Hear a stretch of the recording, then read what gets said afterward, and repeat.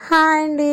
ఒక సిస్టర్ అయితే అడిగారండి, మనము బ్లౌజ్కి పైపింగ్ క్రాస్ పీస్ తోటే వేయాలా, స్ట్రైట్ పీస్తో వేయలేమా అని. వేయొచ్చు, కాకపోతే ఇక్కడ నేను చూపిస్తున్నాను కదా, నెక్ రౌండ్ తిరిగే చోట కొద్దిగా ఇబ్బంది పడుతుంది. కానీ అలా పెట్టకుండా మనకి పైపింగ్ రౌండ్ బాగా తిరగాలి అంటే స్ట్రైట్ పీస్తో కూడా పైపింగ్ బాగా రౌండ్గా తిరగాలంటే మీకు ఒక టిప్ చెప్తాను. అలాగే మనకు పైపింగ్ వేసేసిన తర్వాత పైపింగ్ వేసిన క్లాత్ని అయితే మడత పెట్టి అడిగిన వైపున కుట్టు వేస్తాము. పైన వైపు కుట్టు వచ్చినప్పటికీ ఒక్కొక్కసారి ఈ బ్లౌజ్ పీస్ క్లాత్ వచ్చేసి ఉబ్బుగా లేస్తుంది, పైపింగ్ వారిన ఉబ్బుగా ఉంటుందన్నమాట. అలా రాకుండా ఎలా కుట్టాలో కూడా చెప్తానండి. అయితే ఇప్పుడు చూడండి, ఒకసారి నేను సారీ క్లాత్ తీసుకున్నాను, స్ట్రైట్ పీస్ తీసుకున్నాను, క్రాస్ ముక్క అయితే కాదండి ఇది. ఒకసారి చూడవచ్చు మీరు. ఈ స్ట్రైట్ పీస్తో పైపింగ్ అయితే ఏ విధంగా స్టిచ్చింగ్ చేయాలో ఈ వీడియోలో చెప్తాను. మనం ఇప్పుడు కూడా ఉక్సులు పట్టి వైపు నెక్ నుంచి అయితే నెక్ పట్టి స్టార్ట్ చేయాలి. అలాగే ఈ నెక్ పట్టిని 1/2 ఇంచు బయటకైతే ఎక్స్ట్రాగా వదులుకొని అయితే కుట్టాలండి. మనము ఈ కుట్టు అయితే 1/4 ఇంచు లోపలికి కుట్టాలి. ఒకే లెంత్ మీద కుట్టాలండి, స్ట్రైట్గా, వంకర లేకుండా స్ట్రైట్గా కుట్టాలి. కనీసం మీరు మార్కింగ్ చేసినైనా కుట్టండి, స్ట్రైట్గా రావాలి, వంకరగా అయితే వేయొద్దు. మనము ఎంత నీట్గా నెక్ పట్టిని ఎదుగుతామో నెక్ రౌండ్ కూడా అంత బాగా తిరుగుతుంది. కాబట్టి మనము ఒకే లెంత్తో ఒకే కొలతతో నీట్గా అయితే వేయాలన్నమాట. ఈ విధంగా నెక్ పట్టిని స్టిచ్చింగ్ వేసుకున్న తర్వాత మనకి నెక్ రౌండ్ తిరిగే చోట దగ్గరగా కట్స్ అయితే పెట్టుకోవాలి. ఈ కట్స్ వచ్చేసి మనము కుట్టు కుట్టాము కదా, అంటే నెక్క పట్టి ఎతికిన కుట్టు ఉంటుంది కదా, ఈ కుట్టు అయితే కట్ అవ్వకూడదు. చూడండి, ఆ కుట్టు కట్ అవ్వకుండా ఈ కట్స్ దగ్గరికి, అంటే మనకి ఇది స్ట్రైట్ పీస్ కాబట్టి ఇలా దగ్గరికి క్రాస్గా పెట్టుకోవాలి. నేను వీడియోలో చూపిస్తున్నాను, ఒకసారి చూడండి.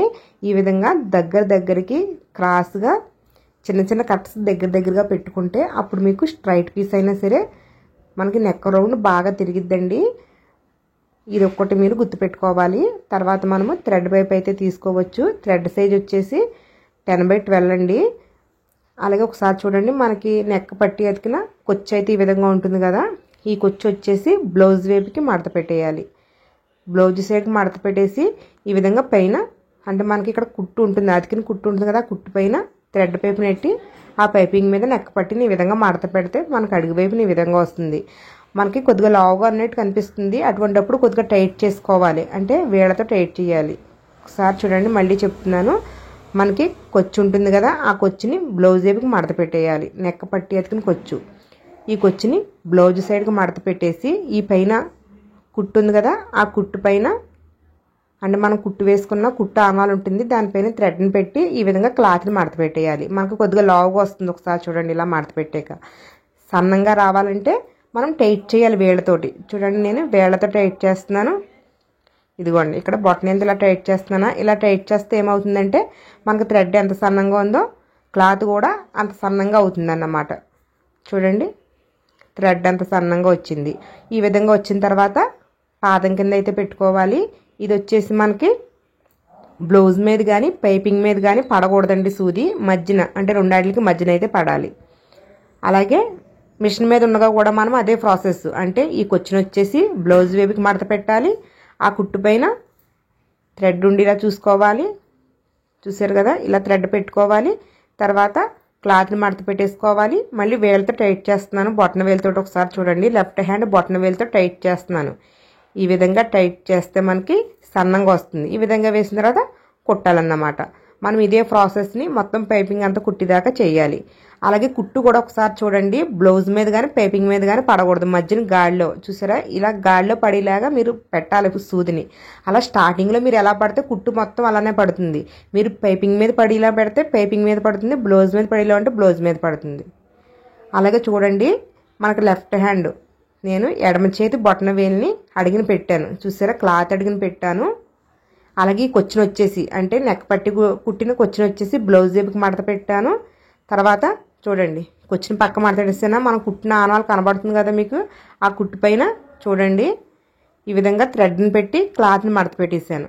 ఈ విధంగా మడత పెట్టాక మనకి లావుగా వచ్చినట్టుగా అనిపిస్తుంది. మనం మళ్ళీ టైట్ చేయాలి. చూడండి, కొద్దిగా లావుగా ఉంటుంది, నీట్గా కూడా ఉండదు. మళ్ళీ మనము క్లాత్ అడిగిన బొట్టన వేలు ఉంది, ఎడమ చేతి బొట్టన వేలు క్లాత్ అడిగిన పెట్టుకున్నాను, టైట్ చేస్తున్నాను బొట్టన వేలుతో. ఒకసారి చూడండి, పైనమ్మో 4 వేళ్ళతో నొక్కు పెట్టాను, అడిగిన బొట్టన వేలుతో టైట్ చేస్తున్నాను. ఈ విధంగా టైట్ చేస్తే మనకి పైపింగ్ సన్నంగా వస్తుంది అన్నమాట. నేను చెప్పిన ప్రాసెస్ మొత్తం మీరు బ్లౌజ్ నెక్ అంతా స్టిచ్చింగ్ అవ్వేదాకా చేస్తూ ఉండాలి. మీకు పైపింగ్ అప్పుడు నీట్గా వస్తుంది. ఒకసారి చూడొచ్చు, పైపింగ్ కుట్టు ఎక్కడ వేసామో తెలియదు, సన్నంగా కూడా వస్తుందండి. అంటే మనకి ఈ కుట్టు కూడా బ్లౌజ్ మీద కానీ పైపింగ్ మీద కానీ పడకుండా మధ్యన గాడిలో పడేలా వేసుకుంటే ఈ పైపింగ్ కుట్టు ఎక్కడుందో కూడా తెలియదు. అలాగే సన్నంగా నీట్గా వస్తుంది. అయితే మీకు స్టార్టింగ్లో కొద్దిగా ఇబ్బందిగా అనిపించవచ్చు, కానీ అలవాటు అయ్యి కొలిది చాలా సింపుల్గా అయిపోతుందండి. నేను అడిగి వైపు కూడా చూడను, ఒకసారి చూడండి మీరు. వేళ్ళతో మామూలుగా పైపింగ్ వేసుకుంటూ వెళ్ళిపోతూ ఉంటాను. ఈ విధంగా నెక్ మొత్తం స్టిచ్చింగ్ చేసేసుకున్నాం కదా. తర్వాత మనము ఈ నెక్ పట్టినైతే మడత పెట్టి కుట్టు వేసుకోవాలి. ఈ మడత వచ్చేసి 1/2 ఇంచ్ లెంత్ వచ్చేలా చూసుకోవాలి. ఈ విధంగా కుట్టు అయితే వేసుకోవాలి. ఇది నెక్ పట్టి వచ్చేసి మనకి స్ట్రైట్ క్లాత్ కాబట్టి నెక్ రౌండ్ తిరిగే చోట కొద్దిగా లాగ్ పెట్టినట్టుగా వస్తుందండి. మడత వేయడానికి కుదరదన్నమాట. అటువంటిప్పుడు ఏం చేయాలో చెప్తాను. అలాగే మనం ఈ విధంగా మడత పెట్టి కుట్టు వేస్తున్నాం కదా, ఈ కుట్టు వేసినప్పుడు ఒకసారి చూడండి. ఒకసారి పైన క్లాత్ని మడత పెట్టాను, డబుల్ ఫోల్డింగ్ వేసాను. అడిగి వైపు ఉన్న క్లాత్ని వేళ్ళతోటి ఇలా లాగిపెట్టి అప్పుడు ఎల్లో క్లాత్ని మడత పెట్టి కుట్టు వేస్తున్నాను. ఈ విధంగా మనము మడత పెట్టి కుట్టు వేసినప్పుడు బ్లౌజ్ని, అంటే అడిగివైపు ఉన్న బ్లౌజ్ని వేళ్లతో కొద్దిగా లాగిపెట్టి ఇలా వేయడం వల్ల ఏమవుతుందంటే మనకు అడిగివైపు ఉన్న కుట్టు నీట్గా పడుతుంది. ఇది చూసారు కదా. లేకపోతే ఏమవుతుందంటే పైపింగ్ వరకే క్లాత్ ఉబ్బుల కింద వస్తుందన్నమాట. అలా రాకుండా నీట్గా రావాలంటే మనము ఈ విధంగా ఎల్లో క్లాత్ని మడత పెట్టి వేసేటప్పుడు అడిగిన క్లాత్ని కొద్దిగా వేళ్లతో లాగిపెట్టి కుట్టాలి. అలాగే మనకి నెక్ రౌండ్ తిరిగే చోట క్లాత్ లాగు పెడుతుందని చెప్పాను కదండి. ఇప్పుడు వచ్చేసి బ్యాక్ నెక్ వచ్చింది, మనకు రౌండ్ తిరిగే చోట అన్నమాట. ఇది చూసారా, క్లాత్ చూసారా మనకు లాగు పెడుతుంది. అటువంటిప్పుడు చిన్న చిన్న కట్స్ పెట్టుకోవాలి. అంటే మనము ఈ నెక్ పట్టిన ఆల్రెడీ డబుల్ పోలింగ్తో మడత పెట్టేసిన తర్వాత ఈ కట్స్ పెట్టాలి. ఒకసారి చూడండి, నేను చిన్న చిన్న కట్స్ పెట్టాను. మనం కొద్దిగా దళసరగా ఉండి క్లాత్ ఏదైనా ఉపయోగించామంటే పైపింగ్ కోసము అదైతే మరీ ఎక్కువగా లాగు పెట్టేస్తూ ఉంటుంది. రౌండ్ తిరిగే చోట మాత్రమే లాగు పెడుతుంది. అటువంటిప్పుడు మనము కట్స్ పెట్టుకోవాలి. చూడండి, మళ్ళీ బ్యాక్ నెక్కి ఇంకొక సైడు రౌండ్ తిరిగే చోట లాగు పెడుతుంది. అక్కడ కూడా చూడండి, ఈ క్లాత్ని నేను ఏ విధంగా మడత పెట్టిన తర్వాత కట్ చేసుకుంటున్నానో అలా కట్ చేసుకుని కుట్టు నార్మల్గా వేసుకుంటూ వచ్చేవాలి. అప్పుడు మనకి స్ట్రైట్ క్లాత్ అయినా సరే లాగు పెట్టకుండా రౌండ్ నెక్ బాగా తిరుగుతుందండి. ఈ విధంగా మీరు పైపింగ్ కోసము స్ట్రైట్ క్లాత్ ఉపయోగించినా సరే నేను చెప్పినట్టుకు దగ్గరగా కట్స్ పెట్టుకుని నేను చెప్పినట్టుకు కుట్టుకున్నారంటే చక్కగా నీట్గా వస్తుంది. చూసారు కదా, రౌండ్ నెక్ బాగా తిరిగింది. పైపింగ్ కూడా చాలా నీట్గా ఉంటుందండి. ప్లీజ్ అండి వీడియో లైక్ చేయండి.